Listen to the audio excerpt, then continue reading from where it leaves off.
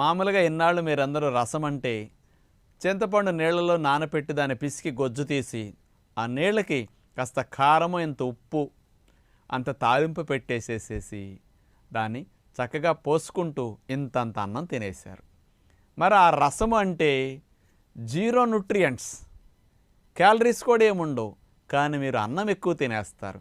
మరి అన్నం ఎక్కువ తినేస్తే ఉద్యోగస్తులు, వ్యాపారస్తులు, పిల్లలు లావ్ అయిపోతారు, షుగర్ వస్తుంది, కొలెస్ట్రాల్ వస్తుంది, ట్రైగ్లిజరైడ్స్ వస్తాయి, ఎన్ని ఇబ్బందులు వస్తాయి రైస్ ఎక్కువ తినేసి నీడపట్టున కూర్చున్నారంటే. అంచేత ఆ రసాల వల్ల అసలు లాభం ఉండదు, మీరు తెలియకుండా వైట్ రైస్ ఎక్కువ తినేసేటట్టు చేస్తున్నాయి.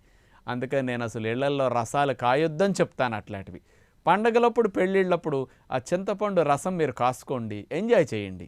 కానీ ఆరోగ్యానికి అలాంటి రసాలు కాయకండి, పిల్లలకు అస్సలు పెట్టకండి. తల్లులకి ఇలాంటి విషయం తెలియక పాపం అందరికీ ఖర్చు తక్కువలో మంచి వంట అయిపోతుందని రోజు టేబుల్ మీద రసం కాసేయటం,